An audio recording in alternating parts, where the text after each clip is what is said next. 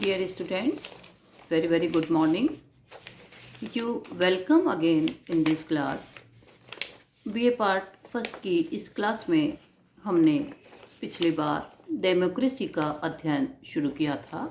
Democracy का क्या अर्थ है, क्या इसकी परिभाषाएं हैं, इसकी जानकारी हमने ले ली थी और लोकतांत्रिक शासन के कई प्रकार के जो दृष्टिकोण हैं उन दृष्टिकोणों में हमने एक दृष्टिकोण परंपरावादी उदारवादी दृष्टिकोण जिसमें पुरातन और उदारवादी रवैया अपनाया हुआ है, अर्थात व्यक्ति की महत्ता जिसमें समझी गई है और ये माना गया कि व्यक्ति के पास सत्ता की चाबी है, वो सत्ता का स्वामी है और सरकार को व्यक्ति के द्वारा एक निश्चित पीरियड के लिए ये सत्ता की चाबी सौंपी जाती है। यदि वो जनता की अपेक्षाओं पर खरी नहीं उतरती है तो जनता उस चाबी को वापस ले लेती है और किसी अन्य सरकार को वो चाबी सौंप देती है, जो कि उसे हर 5 साल, किसी देश में 4 साल में ये सत्ता की चाबी सौंपने का स्वतंत्र और निष्पक्ष निर्वाचनों के माध्यम से अवसर मिल जाता है। इसका जो दूसरा दृष्टिकोण है वो दृष्टिकोण कहलाता है विशिष्ट वर्गीय सिद्धांत। पहले दृष्टिकोण के नाम से ही स्पष्ट हो रहा था कि उदारवादी यानी कि जनता के प्रति उदार विचार जिस दृष्टिकोण के हैं वो उदारवादी है। विशिष्ट वर्गीय सिद्धांत, इस सिद्धांत के समर्थक जो कि मोस्का, पेरेटो, रॉबर्ट मिचेल्स, बर्नहम माने जाते हैं। इन विशिष्ट वर्गीय सिद्धांत के प्रतिपादकों का कहना है कि ये कहने में, देखने में, पढ़ने में, सुनने में ये बहुत अच्छा प्रतीत हो सकता है कि जनता के पास शासन की सारी शक्ति है, लेकिन व्यवहारिकता के धरातल पर इनका मानना है कि आम जनता इस तरह का कभी कोई रोल नहीं निभा सकती। आम जनता सरकार बना सकती है लेकिन स्वयं सरकार बन नहीं सकती है। इनका कहना है कि जो सत्तारूढ़ रूप में जो सरकारें होती है उसमें एक विशिष्ट वर्ग के लोग ही आते हैं जो कि किसी विशेष योग्यता या विशेष उनकी प्राप्ति के आधार पर एक विशेष स्थान सोसाइटी में प्राप्त किए रहते हैं। उनकी आम व्यक्ति से प्रतिष्ठा अधिक होती है। ये एलिट वर्ग कहलाता है जो शिक्षा, ज्ञान, धन संपत्ति या किसी और विशेष कला के आधार पर, किसी व्यवसाय के आधार पर एक अच्छी पहुंच बनाए हुए एक ऐसा वर्ग है जिसको आम जनता भी अपने से उच्च वर्ग मानती है और ये वर्ग स्वयं भी अपने को सर्वोच्च समझता है, आम जनता को अपने से डिफरेंट समझता है।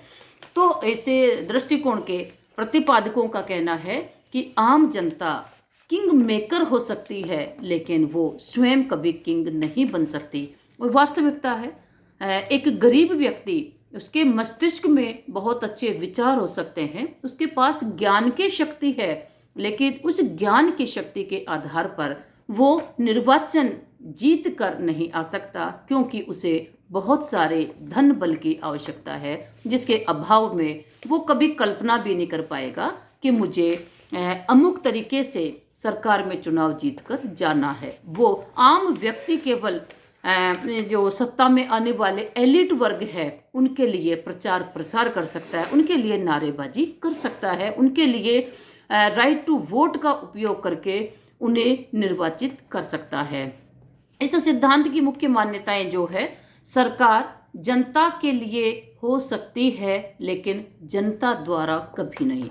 पहली ही मान्यता में इसका और ज्यादा सार निकल कर आता है कि सरकार जनता के लिए हो सकती है परंतु जनता द्वारा नहीं, क्योंकि आम जनता शासन में भाग नहीं लेती है।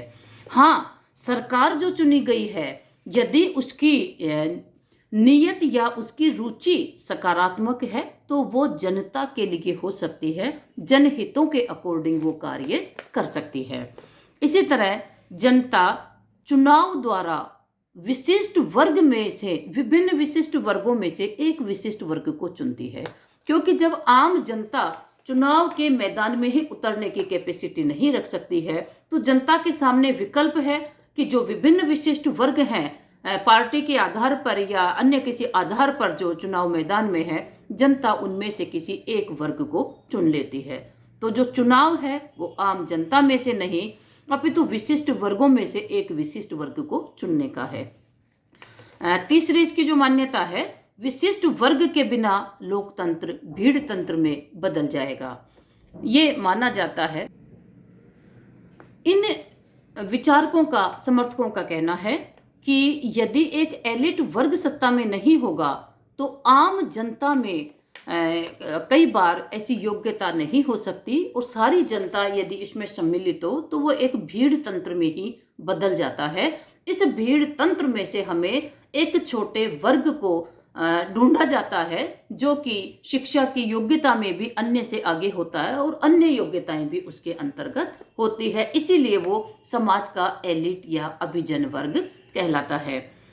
विभिन्न वर्गों में सत्ता के लिए संघर्ष, ये जो एलिट वर्ग है ये बहुत सारे वर्ग हैं, जैसे धनाढ़ वर्ग हैं, ये टाटा बिरला डालमिया अंबानी अडानी। इसी तरह से यदि कलाकारों का देखा जा सकता है, जो सिने जगत से जुड़े कलाकार हो सकते हैं, विभिन्न पुरस्कार प्राप्त व्यक्ति हो सकते हैं, समाज सेवा के क्षेत्र में विशेष योग्यता हासिल किए हुए, विशेष पुरस्कार हासिल किए हुए लोग हो सकते हैं जिनकी की समाज में प्रतिष्ठा बहुत अधिक होती है, समाज के सब व्यक्ति उन्हें पसंद करते हैं। तो विभिन्न वर्गों में सत्ता के लिए संघर्ष ये हर समाज में, हर कंट्री में, हर काल, हर युग में ये सत्ता के लिए संघर्ष रहा है। हर कोई वर्ग सत्ता प्राप्ति का प्रयास करता है। राजनीतिक निर्णय केवल विशिष्ट वर्ग का कार्य है। इसके प्रतिपादकों का ये कहना है कि राजनीतिक निर्णय या निर्णय निर्माण का काम आम जनता कभी भी नहीं करती है, वो विभिन्न विशिष्ट वर्गों में से एक वर्ग को चुनकर भेज देती है जो कि एलिट वर्ग है, और इस एलिट वर्ग के द्वारा ही शासन के कार्यों में निर्णय निर्माण की भूमिका निभाता है। रॉबर्ट मिचेल्स की एक बड़ी प्रसिद्ध पुस्तक है द पॉलिटिकल पार्टीज, इसी तरह मोस्का की है द रूलिंग पार्टी। इन दोनों ही पुस्तकों में इन दोनों ने अभिजन वर्ग के सिद्धांत का विवेचन किया है। तीसरा जो दृष्टिकोण है बहुलतावादी दृष्टिकोण। बहुलतावादी दृष्टिकोण के जो प्रतिपादक या समर्थक है वो है रॉबर्ट डहेल और प्रिस्थस।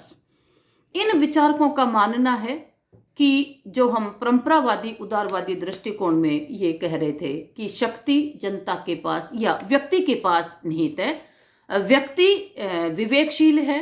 इनका कहना है कि व्यक्ति से ज़्यादा महत्व समाज में समुदाय को प्राप्त होता है। व्यक्ति के जीवन के विभिन्न आयामों से जुड़े विभिन्न आवश्यकताओं की पूर्ति के अनेक प्रकार के संगठन बने हुए होते हैं, अनेक समुदाय बने होते हैं, राजनीतिक, धार्मिक, सांस्कृतिक, आर्थिक, खेलकूद, कला और भी कई प्रकार के संगठन ये बने होते हैं। तो इनका मानना है कि इन समुदायों के हाथ में शक्ति होती है, व्यक्ति के हाथ में शक्ति नहीं होती। और इनका मानना है कि केवल राज्य के पास संप्रभुता नहीं होती। ये जो व्यक्ति के लिए अभी हमने ऊपर देखे जितने प्रकार के समुदाय बने होते हैं, हर एक समुदाय के पास में उससे जुड़ी शक्तियां होती है।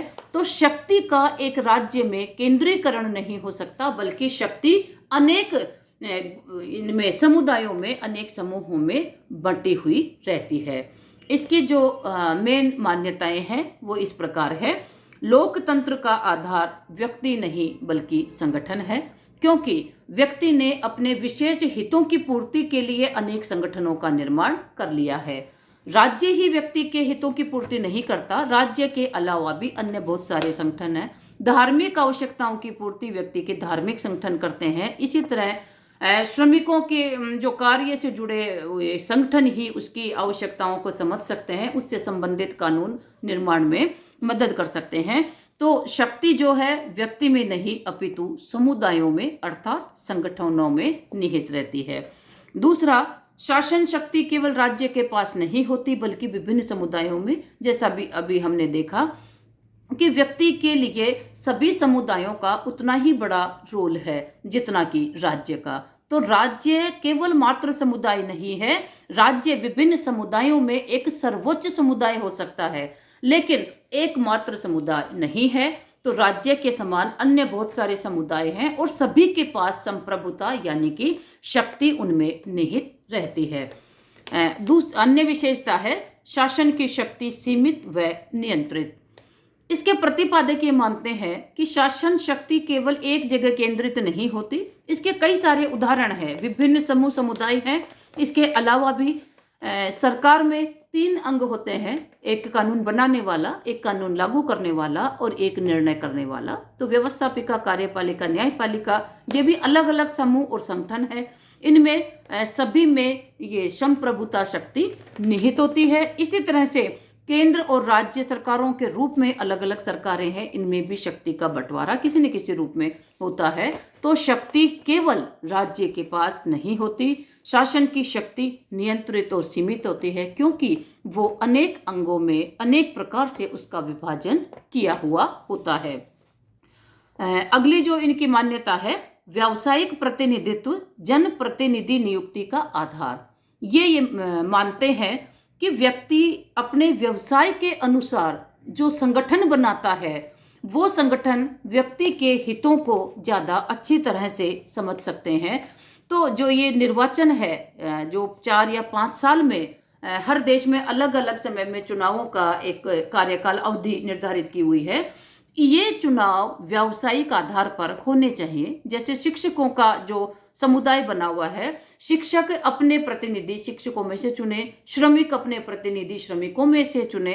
तो इस तरह से जो अलग अलग संगठन बने हुए हैं, इन संगठनों के द्वारा, इन्हीं संगठनों के लोगों द्वारा इनका चुनाव किया जाना चाहिए। जो जनसंख्या के आधार पर, भौगोलिक आधार पर निर्वाचन का तरीका हमने अख्तियार किया है, वो सही नहीं है, अपितु व्यवसाय के आधार पर निर्वाचन होना चाहिए। कानून निर्माण के समय विभिन्न हित समूहों से विचार विमर्श। जनसंख्या के आधार पर विभिन्न वर्ग चुनकर उसमें चले जाते हैं विधानसभा या संसदों में, लेकिन वो हर एक वर्ग से जुड़े हितों को सही रूप में वहां पर प्रतिनिधित्व नहीं दे पाते। तो इनका कहना है कि कानून निर्माण में यदि व्यवसाय के आधार पर निर्वाचन होगा, तो वो उस व्यवसाय से जुड़े हुए लोगों के हितों के अकॉर्डिंग कानून निर्माण में मदद भी कर सकते हैं, उसे कानून निर्माण को समझ भी सकते हैं और उनके हितों से संबंधित कानून निर्माण की मांग भी कर सकते हैं। यदि श्रमिकों ने अपने प्रतिनिधि को चुना है, तो वो कानून निर्मात्री सभाओं में जाकर श्रमिकों के हितों को ज्यादा अच्छी तरह से अभिव्यक्त कर सकता है। तो इनका कहना वास्तव में सही है कि व्यक्ति के हितों को उससे जुड़े विभिन्न समूह और संगठन ज्यादा सही तरीके से अभिव्यक्त कर सकते हैं। आज की क्लास में हम इतना ही, शेष हम अगली क्लास में करेंगे। Okay, thank you, all the best.